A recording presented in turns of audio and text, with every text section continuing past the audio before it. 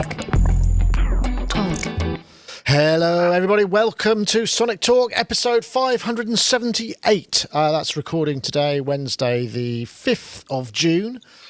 Which is we're this is quite a sort of transatlantic day because we've got Rich, we've got your beloved leader over here as well. Well, you're in the country too. Actually, you're in the UK, so everybody from the US is in the UK, and we're celebrating, or I think they're commemorating the D-Day landings and the spirit of the UK and US collaboration over those periods. So it's quite an important day, but we're not a history podcast at all. We're actually a music technology podcast, which is everything to do with recording and writing music, electronic music, performance, all of that kind of stuff, everything that works in the world surrounding music production and electronic music and performance of it. So I want to say thank you very much to everybody for joining us. In fact, thank you to our sponsors. We've got iZotope, who will of course be giving away a copy of RX7, and we've got last show's winner. There's no show last week because I was on holiday, and I'll tell you about that in a bit. And also, thank you very much to Softube. We'll be telling you about their Parallels synth, which is a very great sounding soft synth. Anyway, let's say hello to some of our people. Let's start with Mr. Rich Hilton, because he's in the UK, and I gave you a bit of a teaser earlier. Rich, are you in London at the moment? Are you kind of a pre-gig kind of hanging about stage, or are you got a day off? None of the above. Nice try, though. Damn. I'm in Belfast. Right, okay. And between two nights gigs, which I'm going to play one in 4 hours. And we have, we played the same venue last night, so I've got the afternoon free, and here I am. Oh, nice! The rare occasion where you've got like two in a row or more in a row, so you don't have to go and sign. You probably do a line check, I'd imagine, and then just the rest of the time is free. And that must be nice. How's Belfast? Is it sunny? No, it's not sunny. Oh, how disappointing! But how is it? It's what is it? It's Northern Ireland. They say it rains 300 days a year here. Wow. Okay, that's a lot. Well, where I've just come from. Yeah.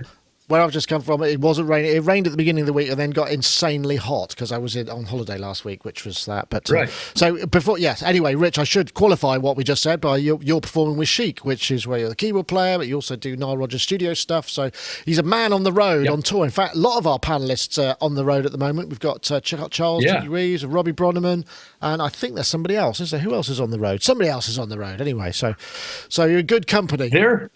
They're even together on the road, those guys. That's true. Yeah, they are, aren't they? We're touring the same show. Actually, that looks good because I've seen some clips of the Howard Jones live tour, and it looks really good. It looks like they've got a really good setup and got the tech kind of really interesting with projections and all stuff. So hopefully we'll be able to talk to Robbie about that. And we've also got Mr. Matthew Hodson, Matt Hodson, Maths, as he's now known, his performing artiste name. Last time we saw you, Matt, was Superbooth, where you were. You were very kindly talking to us, even though you had a sound check, and you were very chilled, considering that it was you'd had a venue change and all of those things. How was Superbooth for you? It was great, and thanks for doing that video as well. The feedback and the comments were really, really nice. What people put on there, it was very full on that weekend, as Superbooth usually is. But I was also doing 2 gigs in one day. I played the evening before at Seabase doing a kind of hard techno set, and then when you came to see me and we did the rig rundown, that was an indoor gig. We got rained off outside, so we came indoors and we was frantically setting up, and I think we were sound checking and hitting the drums and stuff while I'm trying to run you through how my modular works and all that kind of stuff. But it was good. It was really good. You can't complain, and that's what it's all about. It's sort of playing live, performing live with electronic music. It's never going to be like turn up, plug and play. It's dead simple. It's part of the challenge, isn't it? Absolutely. And I have to say, and I was concerned about this at the time, we were very concerned about your adapter chain coming out of your Eurorack into, it was about this high with the final cable coming out, and it was we weren't happy. Nobody was happy about that. That was for the drummer. I wasn't happy about that. There was a few comments on that. That was for the drummer to get headphone feed, but I've sorted that out now. What else have we been doing? I've had this released, my first vinyl. So that's just Nice. coming out as well. Don't know if you can see that. That's available. Hooray. And you can actually, I'm giving away 10 copies. If you go to my website, you just stick your name in, and then I'm giving away 10 copies And of I that. think that's maths with two T's.com. Yes. Is that right? Maths with 2 T's, maths.com.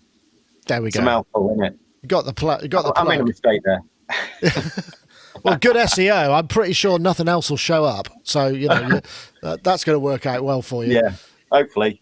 It's Anyway, good to be back, anyway. lovely to have you, Matt. Also, you're still working in, I guess, you're still involved in the BIMS thing? Yeah. Where you're one of Yeah. the guys Still working running the at BIM, courses? we just finished, just been doing a load of marking, which is the best time of year because you're getting to see what all the students have been up to and what have you. So it's a lot of work, but it's really good. It's the bit that I really enjoy. Obviously, I really enjoyed the teaching as well, but the marking side is just great to see what they've been doing. It's brilliant. Excellent. So yeah, Well, enjoying it. Great. Lovely to have you. And, of course, last but certainly not leastest, Mr. Gaz Williams, who's there in Bristol, bass player, music technologist, amongst other things. How are you, Gaz? Are you well? Yeah, good. Bit festival frazzled, so still just trying to, blooming get back to normal after 2 weekends of festivals and all the related shenanigans. Wow. So yeah, God, it does start to take its toll a little bit as you get older, but I just can't resist. I know. How was the weather? Yeah, it was okay. It was a bit intermittent, but I was at one called this weekend called Blue Lagoon, which is in right at the very westerly tip, southwesterly tip of Wales, St David's. Beautiful. What a beautiful spot. And lovely festival.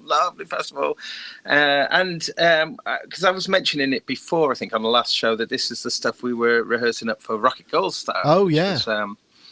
And what was really super nice at the gig was just loads of the old fans were there from way, way back. So it was just lush. It was just really, really lovely. So I had a great time, and the band played so well. I was so proud of them. And just I think we're gonna do more stuff now. I think it was sufficiently positive. It's a catalyst. Experience. Yeah, I think so. Yeah, but yeah, it's great. So here's a question. So as proggers. Because obviously pop proggers, they're part of what that generally entails is the sort of it's sort of musical acrobatics to a degree, and it's sort of some virtuosoism. Do you set the goalpost differently as you get a little older? Do you try not to go so fast, or do you change the? Is it more about the concept gets more difficult, or do you actually still kind of go for the real million miles an hour hard to play stuff? Do you know what I'm saying? Yeah, I think with that band, it just the stuff just comes out the way it does, and I think, in fact, it probably comes out more complex now in a way. But we are going to. I think we're going to do a pop album next. That's our plan. But I think short songs. But I reckon within the space of short songs, kind of first chorus kind of songs, I think there'll be kind of lots of twiddle. We can't help it. But that's a challenge. Yeah, it was great at the festival. Though I was sort of bumping into people I hadn't seen in years, but also it was kind of one of those festivals where guys from the Osric Tentacles and sort of the Wizards of Twiddly, speaking of Twiddle, were there, and is that a real band name? Actually. Wow, awesome. The one thing that really blew me away, though, was there was an 11-piece Afrobeat band from Bangor in North Wales who, all sort of middle-aged white men, playing Afrobeat way better than they had any right to. They were absolutely stunning, and I just can't figure it out for the life of me. Really, really good drumbago. Yeah, that was wow. Okay, highlights. Awesome. Well, I'm glad to hear that everybody's had a good couple of weeks. And like I say, I had a holiday and it was hot. Only problem was the place where we went to had a lot of shall we say property maintenance issues. One blocked pipage, so we had a major flood. And then 2 major electrical issues. So we had major no power. So it was a bit stressful. Every time someone went to the loo, it was like, is it going to be okay? Is it not going to be okay? Every time we put the oven on, it's like, are we going to finish it? Is it going to be okay? I don't know. So it's quite nice to get home and find that most of the stuff works. But anyway, so yeah, topics. I mean, stuff. I think what I'm going to start with, we had the Apple WWDC, and there are a couple of big topics from this week. And I think, I don't think I downloaded this because I thought, yeah, here we go. Let's just have a look. I mean, this is the big news. We've finally got a Mac Pro, right? So here it comes. Oh, in fact, what I need to do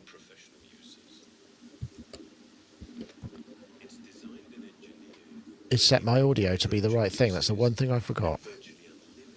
Possibilities for customization. Central to the Mac Pro design is a precision stainless steel space frame that also functions as handles and feet. It is the structural It kind of looks like a towel rail, actually. That I wouldn't mind that in my bathroom. The space frame provides 360-degree access to the interior, as well as multiple mounting points for a variety of different components. To meet the diverse demands of our professional users, the dual-sided logic board is built for configuration and expansion. The new Xeon processor has up to 28 cores and can run... Anyway, we won't play the whole thing, I know, as I'm very fond of saying, and I'm saying it again today, but finally we have a new Mac Pro, and there seems to be a bit of a I mean, it's top end. So when we say top end, it starts at $6,000 US, but what you'll get, the capabilities you're getting in there are more than we probably need as audio people. They're aiming this at the high end, video people, the video crowd, which is a shame because we're gearheads and we like pretty things, and it does look pretty and it does look like the sort of thing I'd quite like to have as a thing for the expandability. But so it's an interesting shift because most of the other range is massive. I know, Rich, I know you got some strong feelings about this. I mean, there's been a lot of bitching about how expensive it is, and what you get, and you could buy a PC for the same, for much, but all that kind of stuff is going on, right? As you ever. But here it finally is, at least, right? It seems like a beautiful product to me, and it addresses a market that everybody was suspecting Apple was ready to abandon in a very, very vigorous and comprehensive way. Because for a post house starting at $6,000 to be able to get, I think it's 8 PCI slots, at least 7 of which are available, and which will support 6 Avid cards. Not running any of Avid software yet, but they'll get there. But still, it's an impressive piece of design. The expandability options are really impressive. It's not for you and me. And it doesn't need to be for you and me because the computers they're making today that are for you and me are outstanding computers, way, way better than they've had in a long time. There was a period where they were pretty fallow on desktop computer releases, and they had sort of turned into a watch and iPhone company. And this is a very, very, the last year and a half, 2 years has shown they've completely put out a nice, complete range of reusable computers. And they say that today's Mac Mini will outperform a 2013 Mac Pro. So you buy a few slots and you're right back in the game.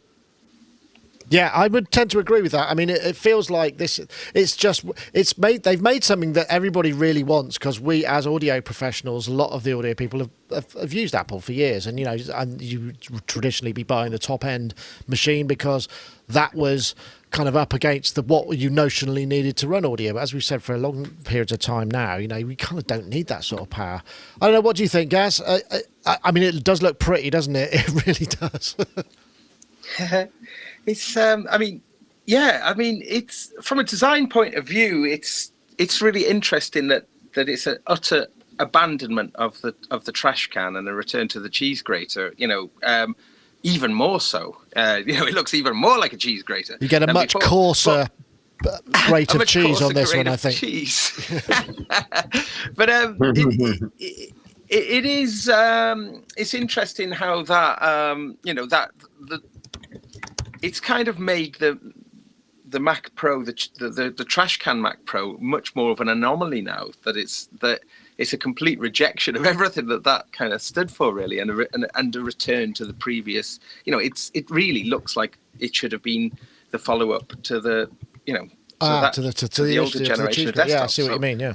So I mean, obviously, I'm stuck with my trash can Mac here, which, to be honest, from a music point of view, my Mac has tons of legs left in it. It's not. I'm not looking to upgrade that, but it is a video. I mean, it is a video issue though. When I I've done a little bit of 4K stuff there. The Tome and Synth Reactor stuff was all filmed in 4K, and 4K just brings my Mac Pro to its knees, and it's like, a lot of RAM in there, and but it's sort of so. I think if you are in the video game, then this looks like, and in the professional game as well, and also I think actually when you look around the pricing of it, I think it's I mean, it is expensive, but this is it's aimed very much at a professional market, so I don't think it's too much of a problem. And to back up with what Rich was saying, the new Mac Mini, it has incredible benchmark figures, especially it's a bit of a classic, isn't it?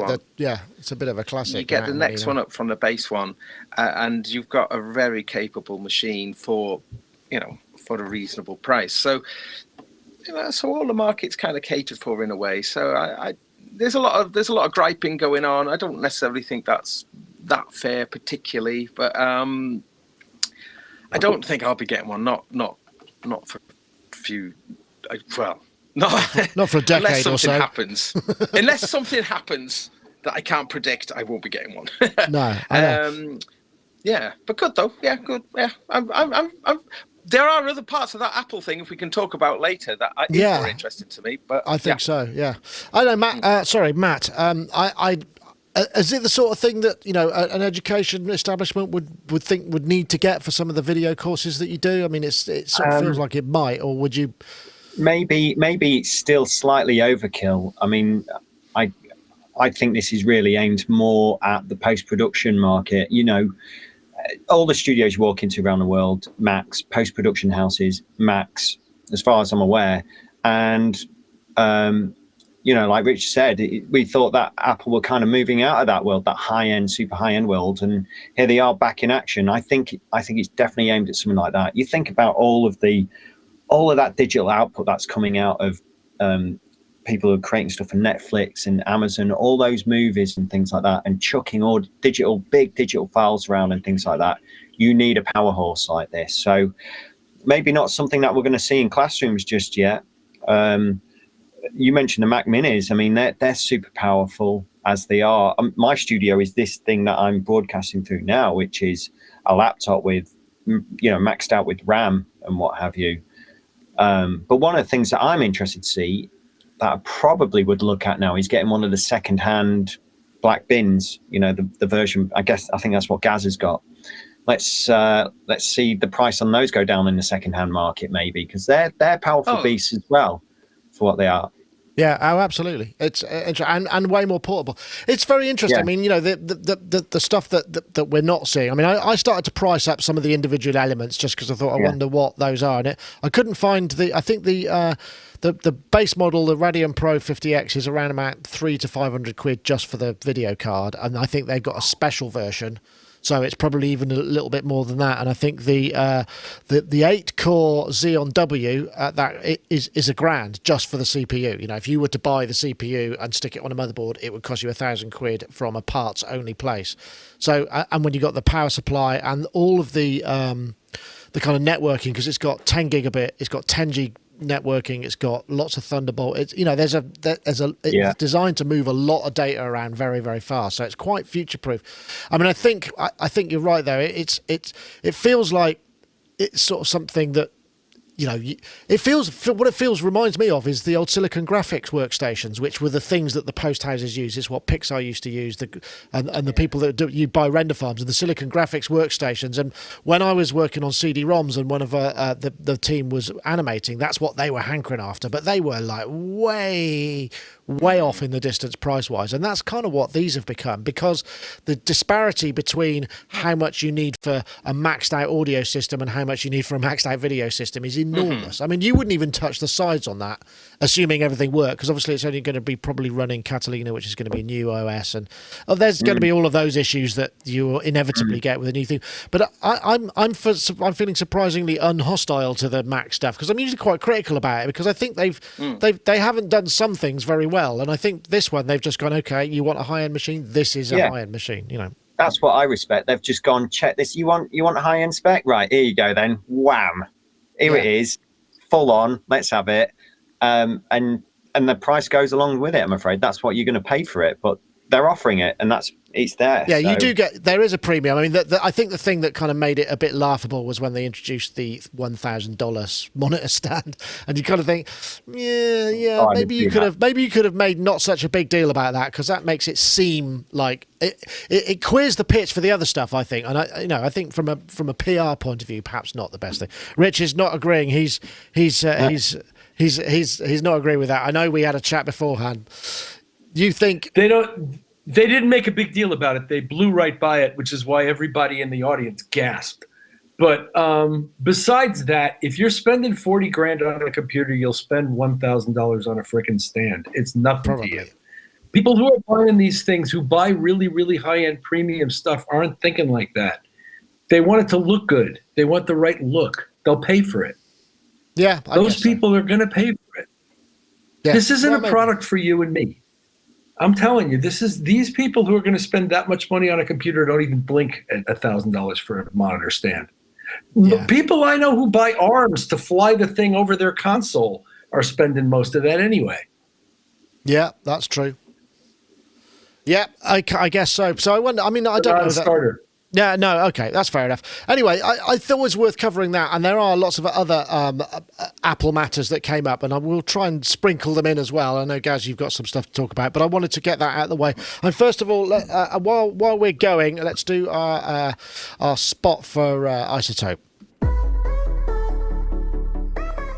RX continues to be the industry standard and leader in audio repair for music and post-production. And with RX7, we've introduced groundbreaking new ways to quickly and easily fix and manipulate audio. Take the game-changing Repair Assistant, an intelligent helper that can detect noise, clipping, clicks, hum, and more. Also new in RX7 is Music Rebalance, a powerful source separation tool. Drums too loud? Vocals not loud enough? Let's fix that. You can also create instrumental versions of songs by removing the vocal elements. You can now alter the pitch without affecting the timing of your audio, and conversely, alter the time without affecting the pitch with the new variable time and variable pitch modules. Using the new dialogue contour, you can improve the performance of a line or even create a new performance by altering the pitch contour of the dialogue, therefore adjusting the intonation of the speaker, and introducing Dialogue Dereverb, a module powered by machine learning to reduce the presence of reverberations around dialogue. RX7, a new frontier in audio repair. And I guess one of the things that the new Mac will allow, if you saw our Meet the Makers interview with Mark Athia, who is the CEO at iZotope, he was saying, when we get real power available, we're going to be able to do some amazing real-time stuff. And I guess that's one thing that would work on this. But yeah, iZotope RX7, if you want to check that out, go to iZotope.com and check it out. And we have a winner for last week's show. Not last show. This is a guy called Angry Photo Guy called Andrew. He wins the competition for the last show. Let me repair some audio so I can mess it up again. Go to Audio Tools RX7. Yeah, so well done. You are the winner of that show. So if you want to get in touch, we'll get the prize out to you. And also, we've got another competition for this week, which is we're looking for the RX Can Fix It hashtag. That's all one word. And RX and the hashtag RX7 to @Sonicstate and @iZotope. It's a Twitter competition, so you do need a Twitter account. And there's plenty of other characters available, so put some other stuff in there as well, because I know that both us and iZotope do check those out. So the hashtag we're looking for is RXCanFixIt and the hashtag RX7 to @Sonicstate and @iZotope, and that'll enter you to win a copy of RX7, which, as if you're familiar with the podcast by now, you'll know that pretty much all of us use in some capacity. Fantastic stuff for restoring and just kind of taking care of audio. Okay, right. Oh, yeah, this was cool. Did you see the... let's have a look. The Scoring Chernobyl. This was an HBO series that I'm not going to be able to pronounce her name. Right, Hilda... Yeah, good Natur. Natir. I'm not even going to try. I feel terrible I should have probably looked up a proper phonetic pronunciation of this. But the video that we got, she basically it's a series on HBO, and she took all of this sounds from it was a Lithuanian. It was filmed on location in a Lithuanian power station that was being decommissioned, and she recorded a load of ambience there with the help of a guy, field recorder called what's his name? His name was Chris Watson, who does all the Richard Attenborough stuff, field location. So really knows what he's doing, and probably great. And built a lot of the soundtrack exclusively out of those tones and room tones and noises, and it's just, people have been raving about it, and lots of people say it's a fantastic piece. I've not seen it because I don't subscribe to any of these kind of series. Who said Chris Watson? I'm assuming that you maybe, Matt, have seen it or do watch this, because I know it has aired, hasn't it? It has aired, and no, I haven't seen it. I've just read a lot about it. I was just intrigued about this whole process of them going and recording the sounds of the place it was at, basically, and then designing this score from it. I think things like that are always interesting. My understanding is Chris Watson was the main guy in charge with actually doing the sampling and recording there, and then she then took those sounds and then interpret that and use those sounds within the actual score. So it was kind of like a joint team effort there. And I think the result is really interesting. I do have to say, though, I mean, as much as I'm a fan of this, and I think that you get inspired by place and sound and, the timbre you can extrapolate from there as starting points for composition or sound design. I'm wondering if when we do actually sit back and watch it, if we're like, if it does pull together the visual and the audio in a way subliminally that we're not aware of, or would it have really mattered if they'd have just sampled a load of sounds in their bathroom and then sort of put it together? Not as good a story though, is it? It's got a nice philosophical kind of, it's we like the it's almost like a concept album, Gaz. I thought I'd come to you for that. Yeah, it's like a concept album essentially, isn't it? So yeah. Well, she said that she wasn't being particularly proactive in the capturing of sounds here. I think that's what he was doing more. She was just absorbing the atmosphere of the environment, and I just kind of think that would then really influence the approach to the composition. Just sort of like the feeling, the sense of atmosphere. Yeah. Yeah, just having been there and she was just trying to really absorb that feeling, not absorb the radiation, hopefully. I mean, I'm quite interested in this now. I don't really do hardly anything. I hardly watch any drama at all. But funnily enough, this has actually piqued my interest now. I think it is actually showing on one of the terrestrial channels here sometime soon. I'm sure I saw an advert on TV. Okay. Maybe I got that wrong. Cool. Worth checking out.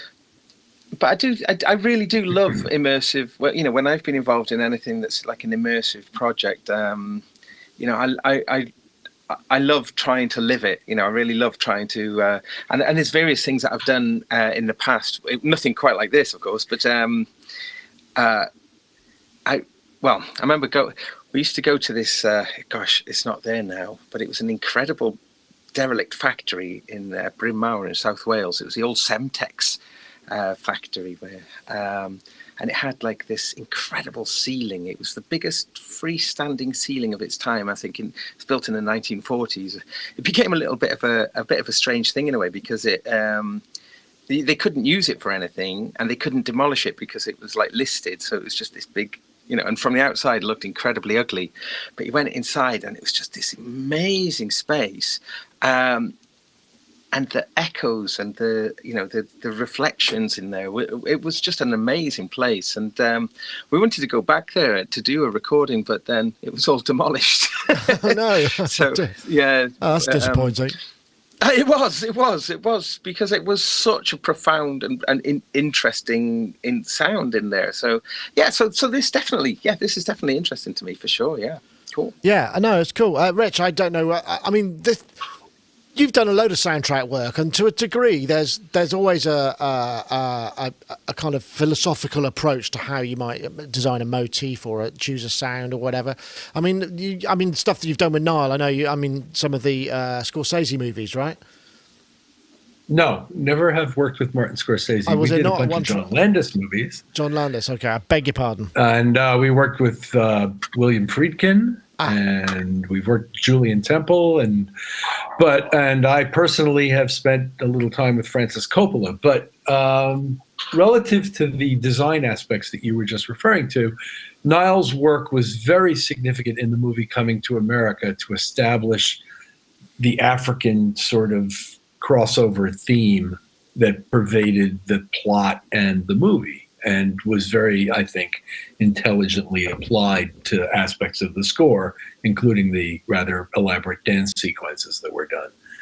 So I have been privy to a little bit of that, but not on the level of like working at Media Ventures on a regular basis or anything like that. Sure. I was very impressed with her and with this video and with that vision. I want to point out that she says that they worked at an abandoned power station in Lithuania. They didn't go anywhere near Chernobyl. Oh no, yeah, there was a power station that was being decommissioned in Lithuania. That's right, yeah. Right, and so they had access to those noises and the atmosphere and the vibe of what being in a power station is like. But they didn't go anywhere near Chernobyl, and nor should they have. I would have thought not. And it's really inspired, as Gaz said, piqued my curiosity now, and I'm definitely going to have to watch this series now because I'm very curious to hear the soundtrack. Well, there's been some amazing soundtrack work. This is one great example, though. Them envisioning using all of this sound as the entire source material for the score creation is pretty ambitious and really, really cool. Yeah, no, I totally agree. Fun fact from the chat room, I think it's gone past now, but apparently Chris Watson, back in the day, used to be in Cabaret Voltaire. Yeah. Get that in? Yeah. So he must have quite an interesting ear, because, obviously, Cabaret Voltaire, one of the earliest UK electronic acts and experimental stuff. Okay, well, you could check it out. I can't. Hilda Gunguanadotea. I really don't know how to pronounce that at all. I'm terribly sorry, Hilda. But there's also, if you check on, there's an interview with her that was done from On the Score podcast, which you can see on Synthtopia. It's a bit more philosophical. There's not so much of the technical stuff in there, which but there you go. Right, okay, what's next? Let's have a look. Oh, yeah, of course. What do you think about this, Gaz? It's finally... You're in it, actually. I have to say, I've never seen anything quite like it. It's just so... This incredible synth. It's just so... Wow. Oh, no. It totally blew me away. So, yeah, this is the Game Changer Audio Motor Synth, which we initially saw the technology at NAMM. We gave them an award for it, and that was last year. And then at Superbooth, they kind of had this synth, which is motor synth, which they've launched on Indiegogo, I think it is. Is it Indiegogo? And, everybody is always saying, oh, this is ridiculous, hipster nonsense. Nobody's going to want to buy this. But check this out. So the last time I checked, it was at $219. So basically, they've only launched it quite recently, and it's basically 439% funded of Fixed Goal, which is amazing. And they've had all sorts of great endorsements. They've had endorsements from Jean-Michel Jarre, Richard Devine, and reactions from Gaz and Chris Calcutt and people. And everybody really responded to it quite powerfully. Yeah. You know, whether or not that might have been this is rubbish or this is amazing and a unique thing. The idea is based on drone motors that change speed very, very quickly, and it's got an induction pickup in it. I thought it was an optical thing, but it's not. Apparently it's an induction pickup. And so they're used to create the pitches. There are 8 wheels in it, which means that you get 2 oscillators per voice. So it's a 4-voice thing. So, who'd have thunk it? I don't know. I'm kind of tempted now. Did you see the original? Have you seen this before, Rich? Because I know we showed it when we did the Super Booth thing. I can't remember if you're on the post Super Booth episode that we did. So I was not aware of this thing until this morning when I watched the video, and I'm blown away by it and think it's a truly cool and unique thing. And some part of me wants to own it. It's that thing, isn't it? I may someday. It's a piece of art. I think they're going for around. They sold out a whole load because they did sort of 43 and 28. So there's only 30% offs, which are $8.99. So you know the discounts are decreasing, but you can still buy them.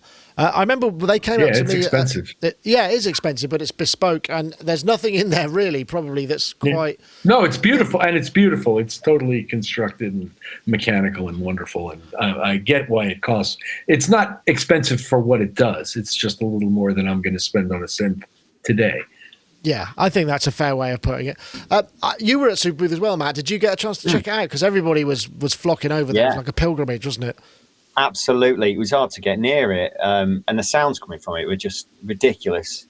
Absolutely great. And I have to agree, there's nothing that I've got in here that remotely sounds anything like it. So in terms of it being something as a viable purchase, that's going to give you some different tones. Absolutely. And it's more than the fact that it's just the design and the way it actually works with the mechanisms and things. It's more than that. It's actually the sound of it that is producing. It's so kind of visceral. There's one thing that I noticed. I don't know if you picked up on this, but because of the mechanisms using the wheels, pretty much every time I was playing with it, you always got a slight soft attack on every single sound because you're waiting for them to spin up. Did you ever is there a way around that? Because I don't think so. I think that they're using drone motors, which are very responsive. So it's, I'm sure that, but they're not as quick. Yeah, you're going to find it hard to get an absolute hard edge to it. Yeah, I asked him about the envelopes. Sorry. So just the envelopes are digital, though. I kind of assumed that the envelopes would be sort of like the motor's spinning up to attack and decay. Well, the pitch, but down. you do get that with the pitch because obviously there's a certain amount of lag, isn't there? There's bound to be. But but I mean, it definitely does sound unique, though, doesn't it? I mean, it's a very aggressive sounding synth, I think, and it like an real angry sound. It did very, very well. There were some concerns about the tuning over various octaves. I don't know about that. That's just some sort of grumblings that I picked up on. But yeah, look at it. I mean, there's interesting set of controls on there, and it's a unique approach. It's not just the motors. There's a whole bunch of design ideas in it, which is nice. Again, nice to see a oscilloscope there on the right hand side of it. But it is a sort of want. It does kind of get you wanting it in a rational. I don't know how I would use it necessarily musically, but I want it.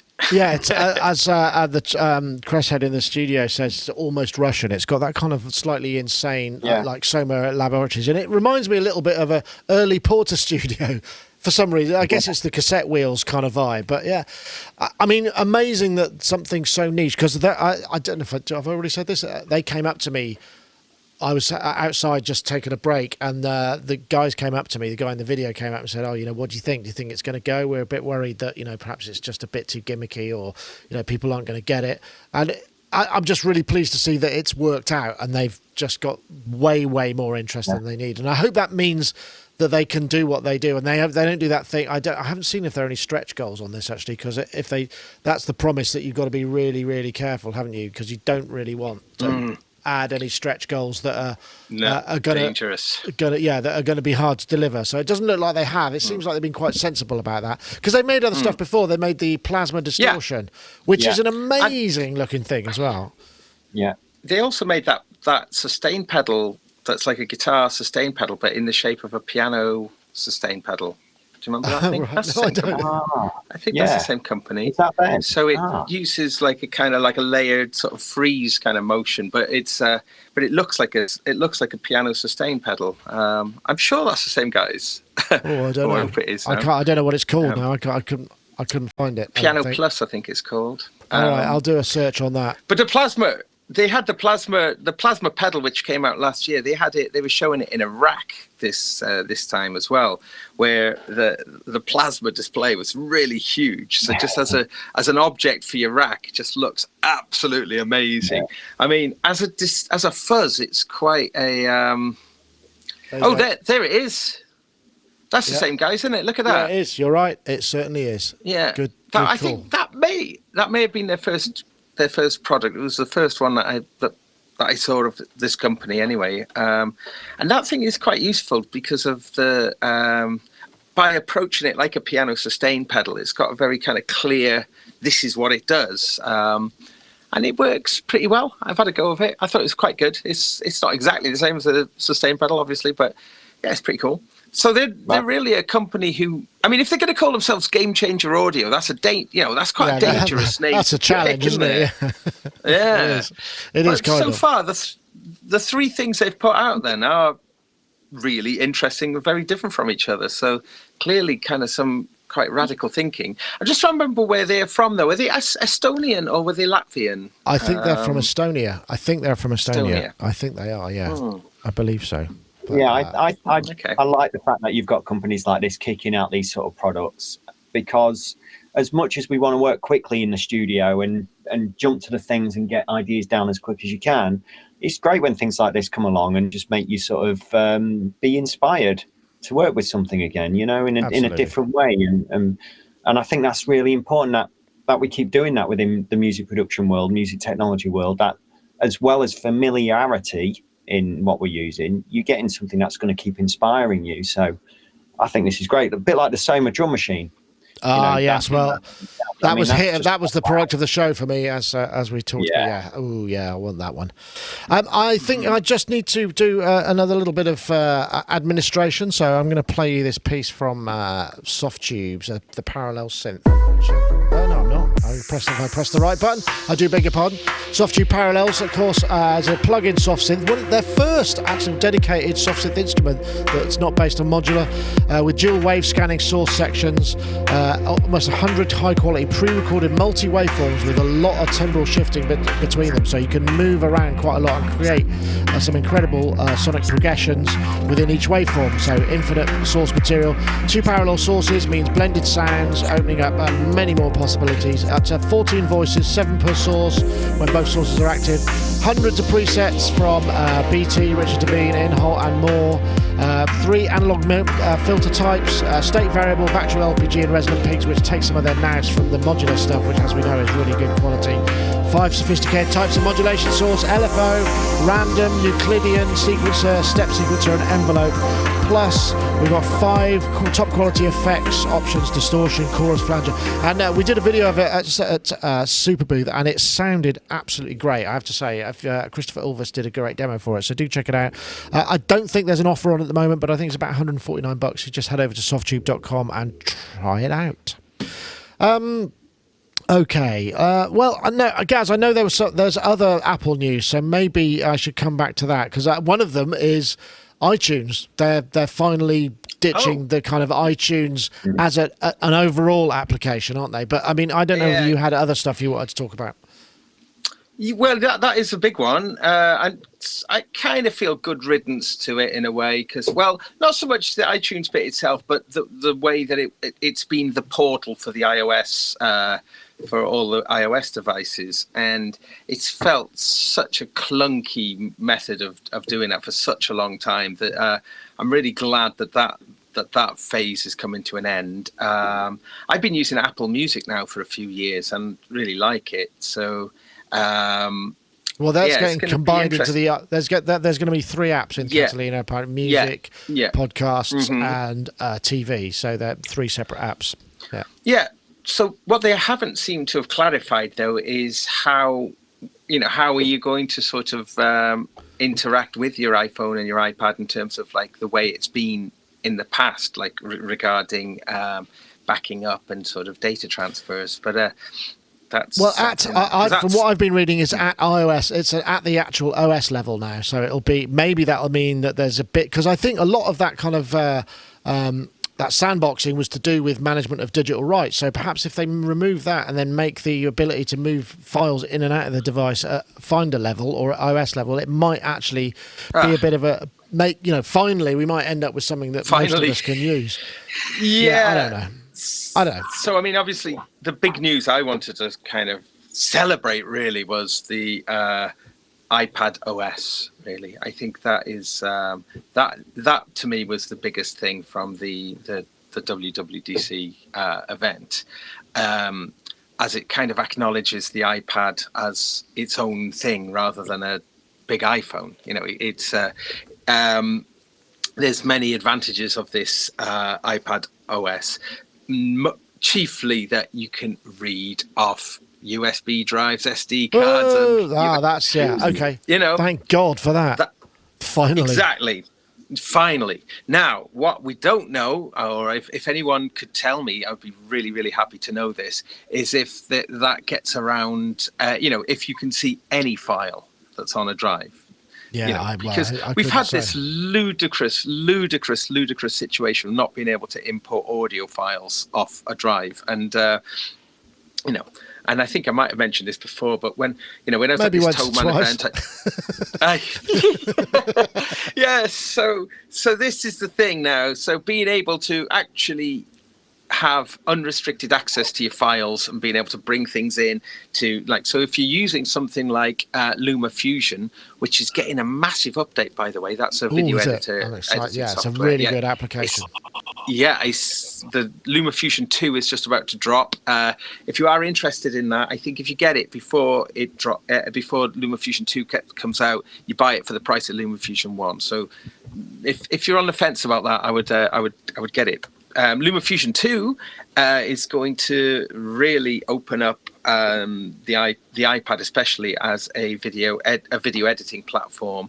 Like I was mentioning earlier, with 4K on my Mac Pro and how it's really brings it to its knees. On my iPad Pro, totally opposite. You can just fling 4K around with gay abandon. It's just like it's astonishing, isn't it? It is astonishing. Yeah, it is astonishing. So. But you had this ridiculous situation, though, that you can't. You take a field record, you take a bunch of cameras and a field recorder, and then you go to bring in all your video files. Fine. You go to bring in your field recorded, you can't. I mean, it's just been stupid, and I've been really angry about it for many years. So, but this is the thing now. It's like now I know it's coming. It's like 3 months away or something. Yeah, I don't know. I don't know. Rich, do you have any sort of strong feelings either way? I mean, I think iTunes, at its inception, I mean, let's not forget, it kind of basically radicalized the music industry when it first came out, because it was sort of the way that it allowed digital media to become a thing. In the hands of everybody. iPad was everywhere. Not iPad. iPod was everywhere, which is no longer a thing. What are your thoughts? Have you got any strong feelings? Well, first of all, they just put out a new iPod, but we'll get to that in a minute. As relates to your question, we saw this coming because for a long time the conversation has been about how they're trying to unify the code base between iOS development and macOS development. And at this developers conference, they did spend some time describing their efforts in that area, and that they seem to be getting very close to that. So they broke it up in iOS a couple of versions ago into the 3 apps that we're talking about. And now they're just now Catalina breaks it up in the Mac world, which was going to happen if you're going to unify the code base across the 2 platforms. So none of this is a surprise. As far as the syncing of iOS devices through iTunes, as I see it, it's essentially the same thing, except it happens in a Finder window. Right. It's really no different. They've just sort of broken it out and stuck it in the Finder software, and they've broken out the music playback and stuck it over here, and the podcasts and stuck it over there, and the TV and stuck it over here, and off you go. And it also matches more closely what they're representing in the TV OS. So they're basically bringing all the OSs. They're using good ideas from each OS in terms of trying to organize all 3 of them. I'm with Gaz on the enthusiasm for the interfacing with the iPad, especially with respect to using it as a second screen in a Mac OS environment, and the possibilities of using it as a touch interface, because everybody's been whining about not having touch on Apple computers, which we have on Windows computers, and this might actually bring that into the play as well. And so a lot of really cool various OS, all the OSs have been developed, and I thought it was a really successful, as far as the products, the whole atmosphere and party thing, and the toadies in the audience, and the whole thing is a bit of a, dog and pony show. But besides that, all the products they showed were really, and ideas they described, seemed to be really cool to me. Well, no, that's good to know. I think if we get the get the opening up of the file exchange, that's just going to make everything just useful. We had to set up this ridiculous network. I had to buy a network adapter for an iOS device to gigabit, running it through a separate router so that I could get files in and out of the iPad quicker than just using Wi-Fi, because Wi-Fi is just not fast enough for moving big files. It takes too long, and it's so maybe we'll get some movement finally there, right? Yeah, hopefully. I've got one question. Because they're taking the movie element out of iTunes, so before I could just go into iTunes and I could just browse what movies you can just watch and download and stream, right? So does that mean now I've got to own an Apple TV only to view them, or is there going to be an Apple TV app on the Mac OS for me to navigate and sort of search through that? I can't give you the answer. I can't give you the answer to that. I'm afraid I'm not. Yeah, I'm not sure. Yeah. No, but that does raise it.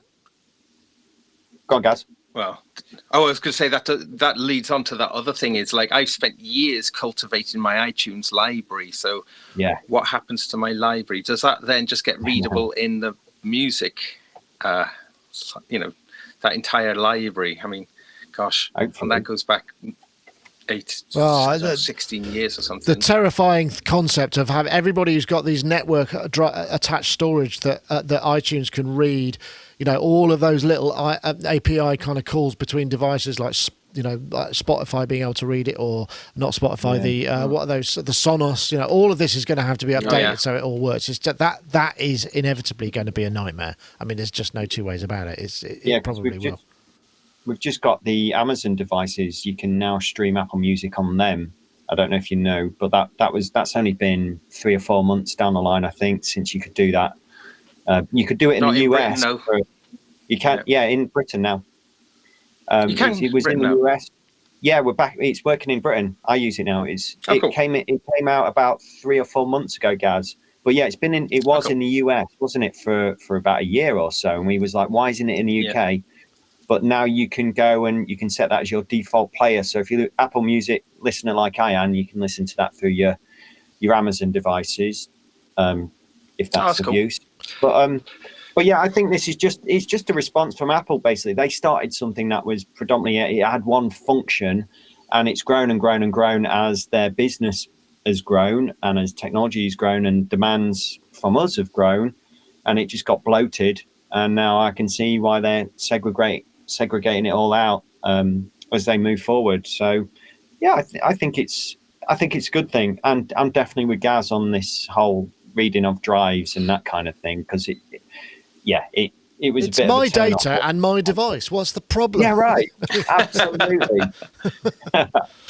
Yes, I would agree. Well, I mean, I don't want to kind of get too Apple-ified, because I know, but WWDC is always a big one. But quite often, what happens is there's very little to talk about. You know, there might be, but this time they've done quite a lot of updatings, and I think it's going to affect a lot of either end of what we do, both the creation and the delivery of the kind of stuff that we're involved in as musicians and creative sort of professionals. So that's the interesting part, I think, about the whole thing. And it's definitely one to watch. It's just whether or not they can handle the rollout of it to all the other affected parties, so that it's not just, okay, the only way to do this is to subscribe. And that's the other thing that's a bit, I'm yet another subscription. They're trying to move more people to subscriptions, as everybody is. It's the easiest way to project your business income and outcome is by running subscriptions. But it's, for the end user, it's a pain. You know, how many subscriptions do you need just to maybe watch this? That, anyway, that's not going to get in there too much.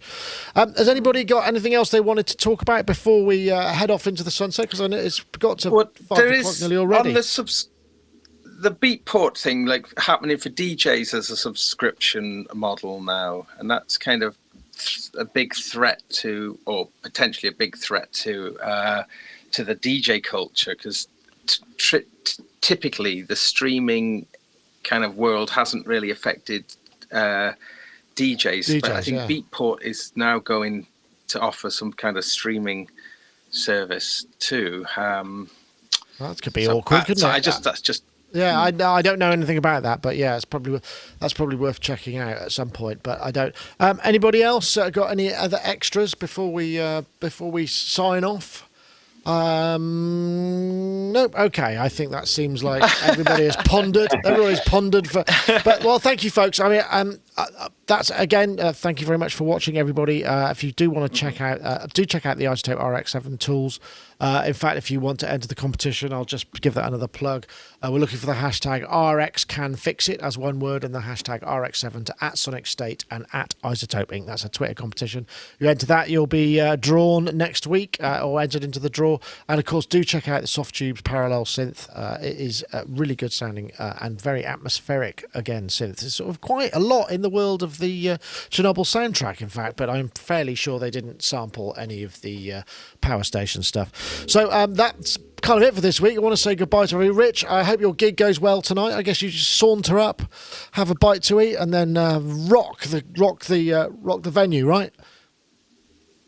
Yeah, something like that. Venue's right there. Oh, brilliant. Right out the window. The venue is right there. Yeah, 8:30 show. Looking forward to it. Love playing in Ireland. The people here love this music, much like where you live, and it's great. Excellent. Well, I hope you have a wonderful show and everything is all super duper as ever, as I'm sure it will be, because you're all such professionals. Nice to see you, Rich. Thank and you. Of course, nice seeing you. Yes, it is nice to see you too. And while you're this side of the Atlantic, maybe we'll catch up with another couple of times. I have to talk to you about that. Okay. All right. Cool. That Later, sounds good. Off the air. Okay. Brilliant. Have a great show, Rich. And yes, and Matt. Thanks, Matt. There's no problem. And Matt Hodson, also thanks for joining us. It's been a while since we've had you, so hopefully we'll get to see you again soon. Thanks for having us. It's been good. I'm going to play with this module I've got on loan, this Percussor SSP, which sounds absolutely amazing. I'm going to do some videos on this soon. I've just built a polyphonic synth in it, but it does so many different things. So yeah. Oh, interesting. Are you doing any live streaming stuff, or is this going to be up on your YouTube channel? Yeah, be up on my YouTube channel. I'm just about to move house and move studio as well, and all that kind of thing. God. So everything's I know. Again. The biggie. Yeah. Oh God! All right. Okay. Well, I think there'll be some more live streams and what have you. See you in 6 months then, maybe. Yeah. Right. Cheers. Thank you very much, Matt, and also Gaz Williams. Thank you for joining us as well. Always a pleasure to have you aboard. Your video's looking very good today. Actually, your bandwidth is really killing it. Oh, good. So here's a little hint about what's coming up soon. That sounds like an 808. Excellent. Yes, I think we might be having a little look at that Behringer business, right? Coming up soon. Coming up. Yeah. All right, Okay. folks. Well, Thanks that ever so was much. episode 578 Sonic Talk. Thank you very much for watching. We'll see you all again very soon. Take care. Bye-bye now.